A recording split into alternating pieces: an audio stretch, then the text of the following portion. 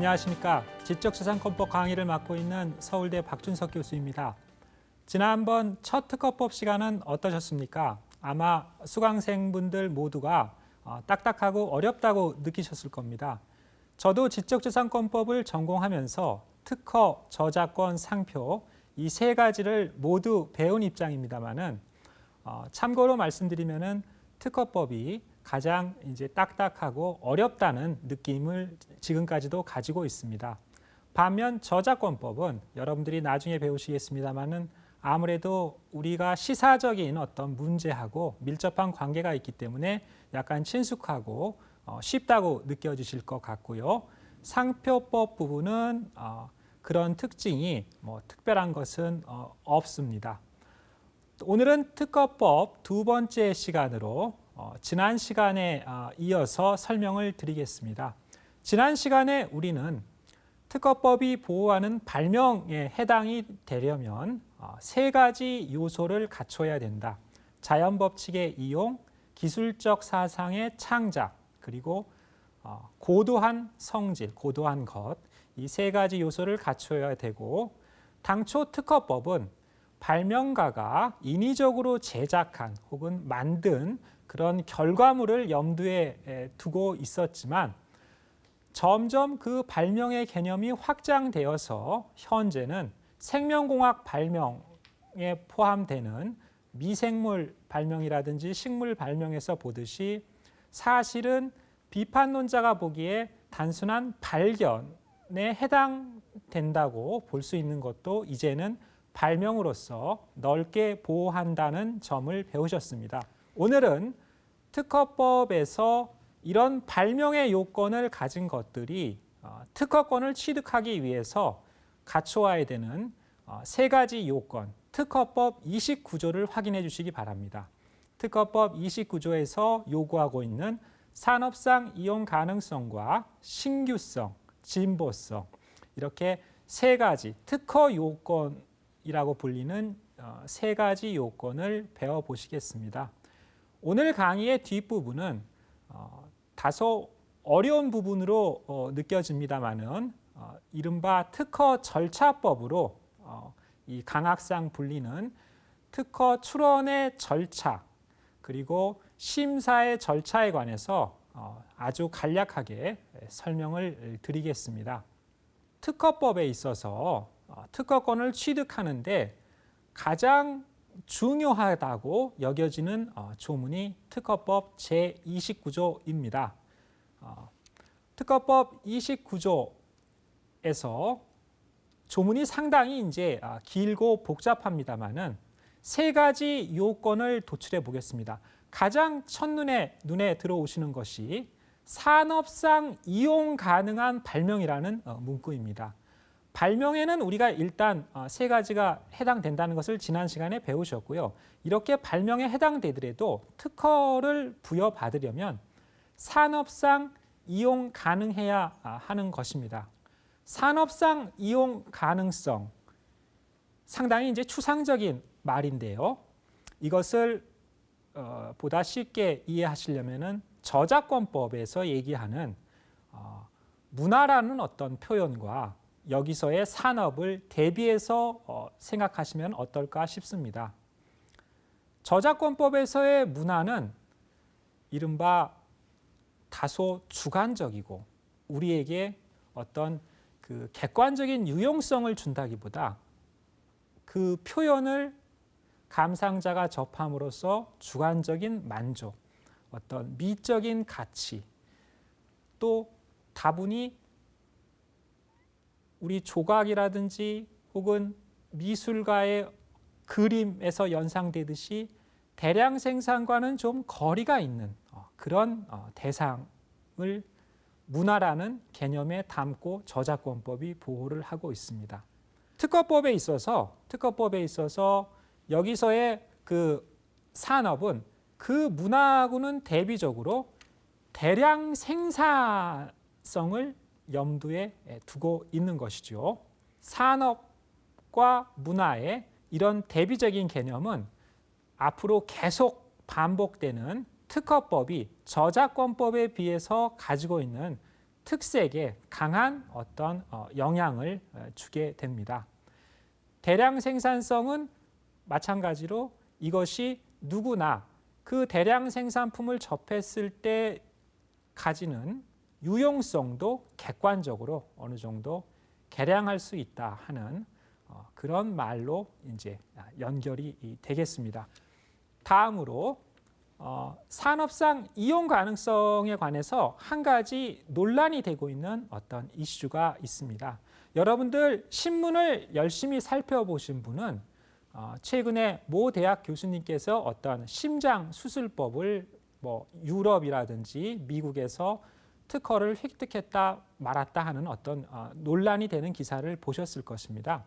의료에 있어서 예전부터 논란이 되고 있는 부분은 어떤 획기적인 수술 기법을 특허 받을 수 있느냐 하는 문제가 있습니다. 어떻습니까? 수술 기법을 먼저 발명한 사람에게 특허권을 부여하게 되면은 제가 첫 강의에서 말씀드린 장점과 단점이 다 나타납니다. 장점은 의사 혹은 관련 연구자들이 이런 많은 어떤 보람과 이윤을 보장하는 더 획기적인 수술 기법을 먼저 발명하기 위해서 더 연구에 매진하게 되고 그 결과 우리 사회는 더 빨리, 더 풍부한, 더 유용한 수술 기법을 얻게 될 것입니다. 이게 특허법의 어떤 입법 취지이고 특허권이 가져다주는 장점이죠. 반대의 측면, 어떤 폐해라고 볼 수 있는 그런 염려 부분은 수술 기법을 특정인이 독점하게 됨으로써 어떤 우리 일반 공중이 질병에 걸려서 생명이 경각에 달려있는 시점이더라도 그 특허권자의 허락을 받지 않으면 해당 수술 기법, 이 수술 기법을 이용하면 생명을 구할 수 있음에도 불구하고 그 특허권자의 동의를 얻지 못했다는 이유만으로 수술 기법을 쓸 수 없게 된다는 사실은 약간 윤리적인 어떤 그 저촉 문제가 생기게 됩니다. 다시 제가 서두에 말씀드린 이슈로 돌아가서 이런 의료에 있어서 이런 문제를 현행 우리 특허법은 산업상 이용 가능성과 연결지어서 판단하고 있습니다.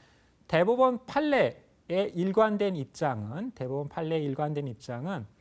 이런 인간에 대한 수술 기법 자체는 특허를 부여하지 않겠다. 그 논리는 이런 의료는 산업상 이용 가능한 것이 아니기 때문이다 라고 설명하고 있습니다. 의료가 산업상 이용 가능성이 있느냐에 관해서는 아직도 학자들이나 평석자들 간에 심한 논란이 있습니다. 이 논란은 시간 관계상 자세한 설명을 생략하기로 하고, 다만 조금 전에 보신 우리 대법원 판결도 그 전문을 읽어보시게 되면은 서두에는 조금 전에 말씀드린 대로 의료는 우리 특허법이 얘기하는 산업상 이용 가능성 있는 발명이 아니기 때문에 특허 부여를 하지 않는다. 다만 뒷부분에서 이 당해 사건에서 특허 청구된 발명은 인간에게 적용되는 수술 기법 혹은 치료 기법에 관한 것이 아니고 그거하고 관련이 된 어떤 동물을 대상으로 해서 이 기법을 적용하고자 하는 것이기 때문에 인간에게 수술 기법을 적용하는 것과 달리 동물에 대한 것은 윤리적인 문제가 없다. 이런 판단하에서 특허 부여 대상이 되는 발명으로 이제 취급하고 있습니다. 정리하자면 산업상 이용 가능성은 저작권법상의 문화하고 대비되는 개념으로서 어떤 대량 생산성 그리고 누구나 객관적으로 측량할 수 있는 유용성을 전제하고 있다. 이렇게 말씀드릴 수 있고요. 그 중에서도 특히 논란이 되는 것이 의료가 산업인가 하는 어떤 부분인 것인데요. 이 부분에 관해서는 우리 대법원 판례가 윤리적인 고려, 특정한 인간에 대한 수술 기법을 발명가에게 특허권으로서 독점시키기에는 윤리적인 문제가 생긴다는 점을 고려해서인지 의료는 산업상 이용 가능성 있는 발명이 아니라는 어떤 판단을 하고 있다는 점이 중요합니다. 다만 이런 인간에게 직접 적용되는 수술 기법이 아니라면, 가령 그거에 쓰이는 어떤 의약품이라면 물건의 발명으로 특허를 주고 있고요. 어떤 수술이나 진단 기법이라 하더라도 동물에 대한 어떤 그런 실험을 위한 것이라면 역시 특허 받는데 문제가 없겠습니다. 다음으로 두 번째 요건은 29조에서 신규성이라고 강학상 불리는 어떤 요건들입니다. 역시 조문을 한번 보셔야 되겠습니다. 신규성에 관해서 이런 고딕체를 보시면은 이렇게 정의하고 있습니다. 공용된 어떤 발명이 아니어야 된다 하는 것이 1항 1호에 나와 있고요. 2호에서는 간행물에 이미 게재가 된 내용과 같은 발명이라면 특허 청구를 할 수가 없다는 그런 내용입니다. 아울러서 추가된 부분은 대통령령이 정하는 정기통신회선, 법은 그렇게 이제 좀 잘 안 쓰는 표현을 쓰고 있습니다만은 인터넷을 연상하시면 되겠습니다. 인터넷상 이미 누군가가 발명을 해서 인터넷상 공개한 것과 동일한 발명이라면 역시 신규성이 없다 그래서 특허권을 부여받지 못하게 됩니다. 법 29조에서 정의하고 있는 것을 다시 한번 간략히 정리해 드리자면은 두 번째 요건 신규성을 구비하려면 첫 번째로는 공지, 일반 사람들이 알거나 널리 쓰이고 있는 공용이 아니어야 된다는 점, 그리고 간행물이나 인터넷을 통해서 이미 외부에 공표된 것이 아닐 것을 이제 요구하고 있습니다. 자, 이것과 관련해서는 재밌는 사례를 하나 말씀드려 보겠습니다. 우리가 저도 그렇습니다만은 한국의 과학자 중에서 누군가가 빨리 과학 분야의 노벨상을 타기를 기원하고 있습니다. 우리 국민 모두가 사실은 그런 상황인데요. 이런 과학 연구에 있어서 한국의 유명한 교수님들이 어떤 획기적인 발명을 하셨을 때